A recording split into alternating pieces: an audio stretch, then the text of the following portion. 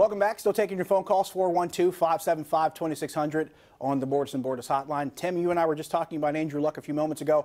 Some more news just broke. Apparently, the news about Andrew Luck's impending retirement broke during the second half of their preseason game, so he announced it after the end of the game, and fans weren't too happy with it. No, they were booing him on the field. Booing him on the field. You know, when you leave your team with an $18.4 million cap hit that they can do nothing about, I can see why they're angry.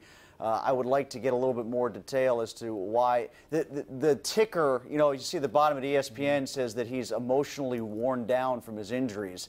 That, to me, doesn't resonate. If you're telling me that, like he said, a little bit more extracting out of the information of his press conference, that he's physically in pain all the time, that's a bigger deal, and let me know what it is and be more specific, and then maybe the fans will have a different story in Indianapolis. Definitely a tough draw. Let's go back to the phone lines. Calvin in Clearfield, you're on the Nightly Sports Call. Good evening, Josh and Tim. How are you doing tonight? Doing all right. How you doing, Calvin? Got a good question for you about Steelers. All right. How much playing time will Artie Burns get this year as opposed to last year? For who? Artie Burns. How much playing time will he get this year as last season?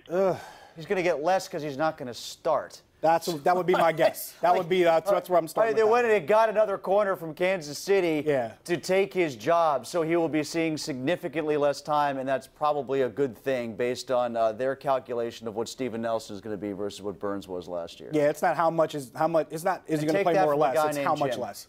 I was wondering if you caught that. Let's go to Ralph in Coriopolis. Ralph, you're on the Nightly Sports Call. Good evening, gentlemen. I want to know what you think about Cervelli spending less time on the IR than he did with the Pirates or the Yankees. Thank you. What is he supposed to do? I don't understand the nature of that question. Well, I didn't even catch the question. He mentioned Cervelli spending more time on the injured list than he did playing with the Yankees and the Pirates. He had concussion Well, he got hit problems. in the head with a bat more often in Pittsburgh than he did in New York. Now, usually you go out in the Bronx, that could happen to you as a fan. But I mean, for Cervelli, it just happened on the field all the time. I mean, like, I don't think he intentionally dodged the bats in New York and let himself get hit in the head in Pittsburgh, if that's what you are asserting, which I kind of think it was. I think that is what he was asserting. Here's the thing. If you're in the sports market that has Sidney Crosby in it and knowing everything he went through, we're still questioning and making light of players not playing because of concussions. We're really doing that still? Well, I'm making light of the phone call. You were making light of the phone call. And that is all fair. Yes. But, like, I mean, honestly, we're still making light of concussions and players missing time. And that was 8 years ago. Yes, he's doubting. I think it sounded like he was doubting the veracity of how hurt he was, which is, I mean, obviously the guy wanted to play, but, you know, he's had how many concussions has he had now? Six? At least six. It's kind of crazy. It's just, I don't know how many times we can keep going over this. You know, players sitting out because of concussion-related issues, it's not something they're doing on purpose, and teams are taking this more seriously now. And let's talk about why again.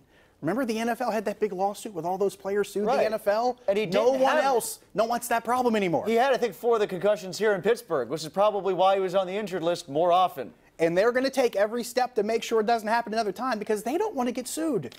Period. That's it. Agreed. I think it's pretty simple.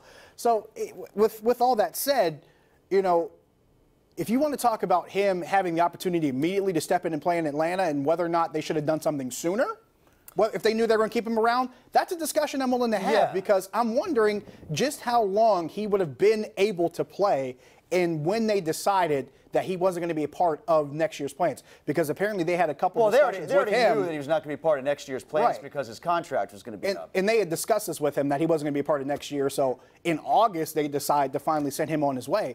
Maybe you could have done something, I don't know, maybe in July, or maybe he didn't have trade value. But it seems like this is a decision that could happen at a better time. In the meantime, we are out of time. He's Tim. I'm Josh. We're here for you 7 days a week. On the Nightly Sports Call. Good night.